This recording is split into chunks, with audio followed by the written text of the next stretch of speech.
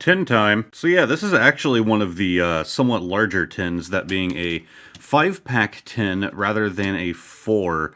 I feel like a lot of the ones I've done in the past have only been 4s. Maybe I'm going insane, maybe 5 is the norm, but I don't think so. So of course this is, like most tins, there are either 2 or 3 variants of. This one there are 2, and the back of this thing is slid off a minute ago.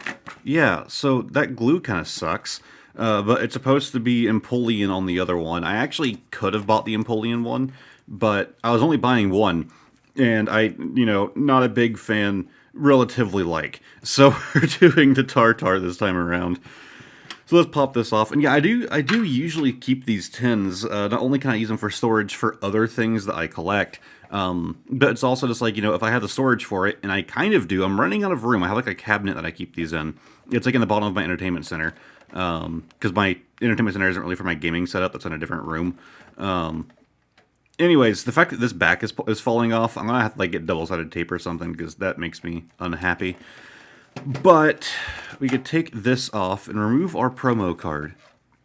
And yes, that's it. It's just a tin. It just has packs. So, we have a Battle Styles, so no pull guaranteed. We have a Darkness Ablaze, a Vivid Voltage, a base set Sword and Shield, and a second base set Sword and Shield. I'm going to assume that this little Lapras pack is going to be our good pull, so we're going to put him back here. Last time I saved a pack for last intentionally, it worked out well for me.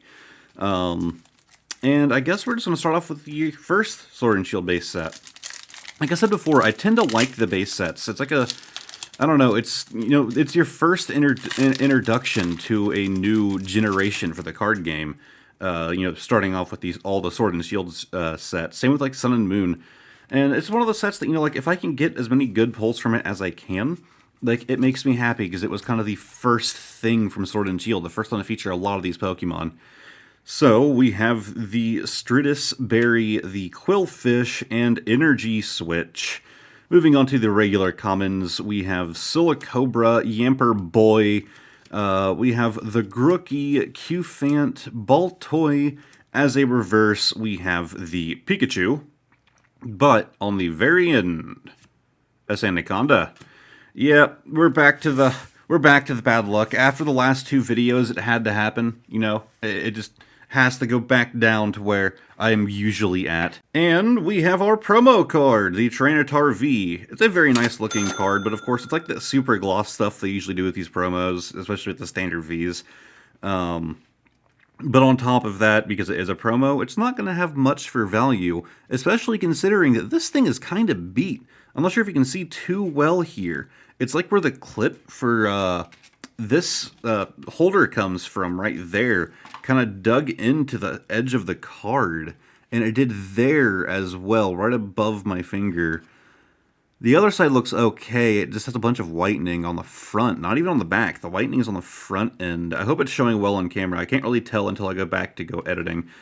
So, a little beat up. You didn't expect that from promos, though. Alright, let's just try to get the bad pulls out of the way first. So we're going to go to the battle styles. We know that the chances are so low that I just always assume I'm going to get nothing, and I get the very rare surprise when I do get something from battle styles.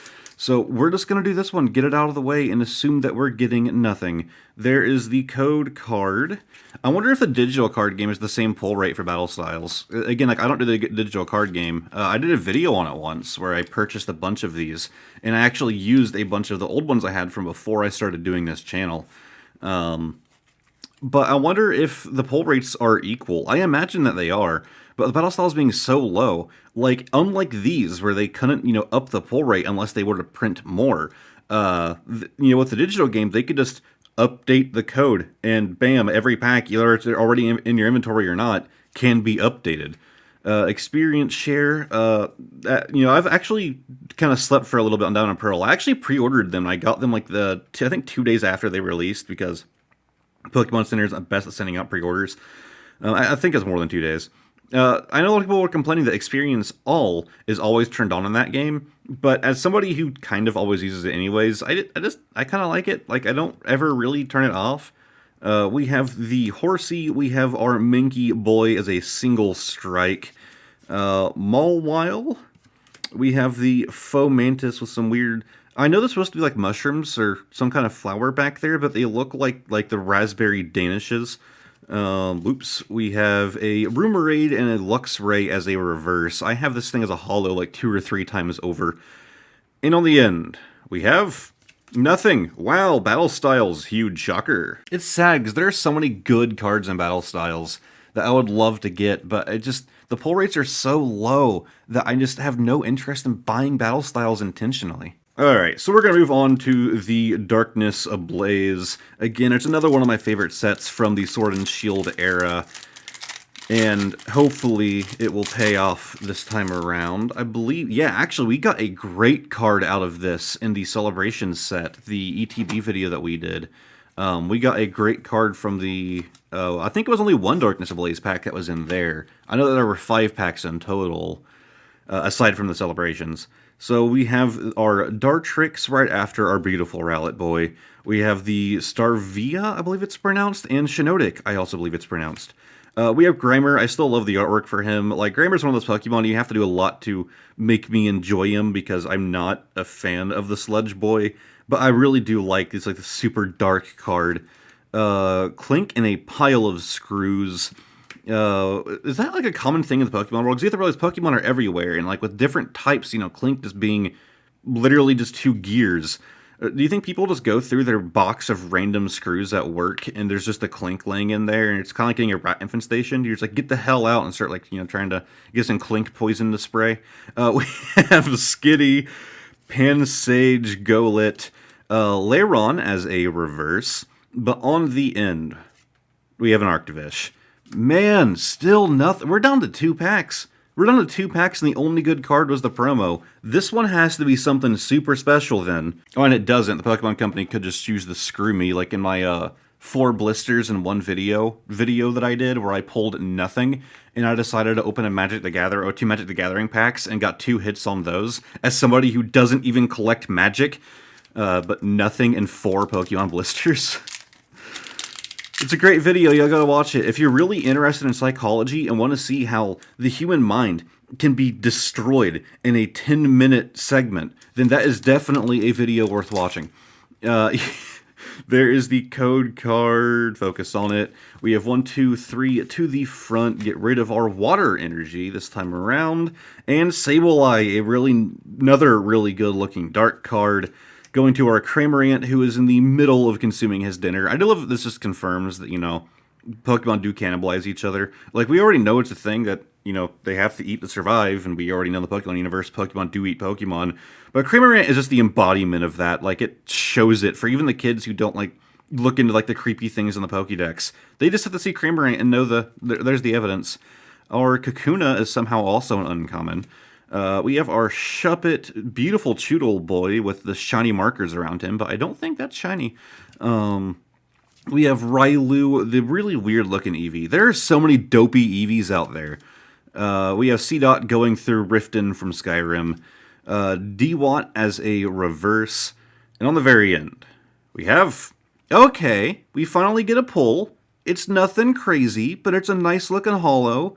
We got our Dusk Noir, however you pronounce them, with some Will-O-Wisps going through. Are those coming from the background, or is he, like, sucking them into his stomach like some Kirby demonic monstrosity? Alright, so out of the first 4 packs, we got 1 holo.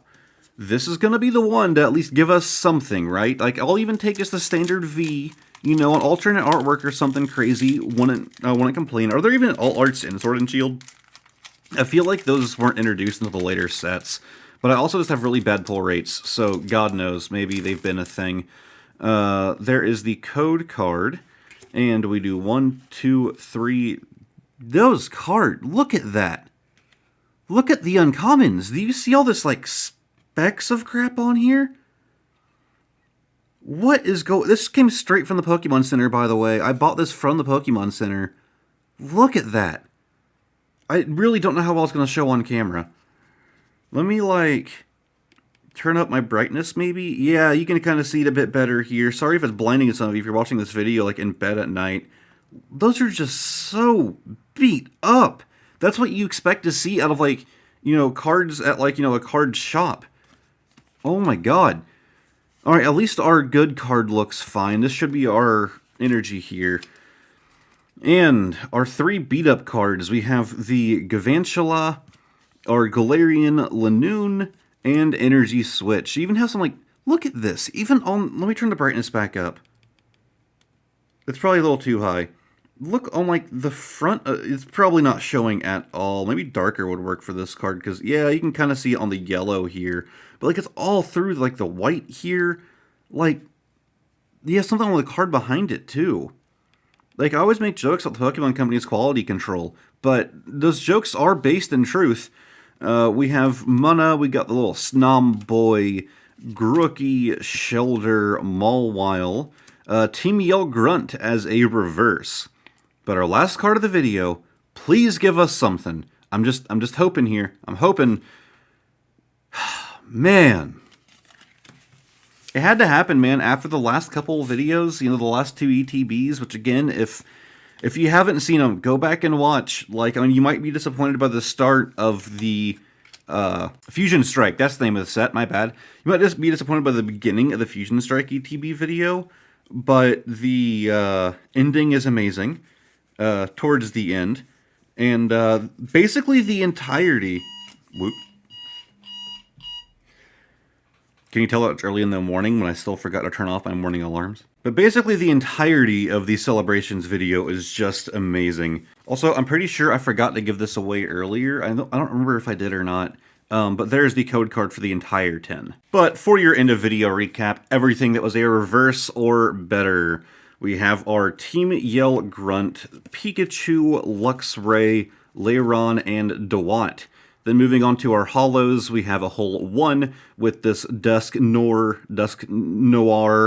and of course our promo Tyranitar V. It's always a sad day when you open a tin or a box and the best card from that opening is the promo.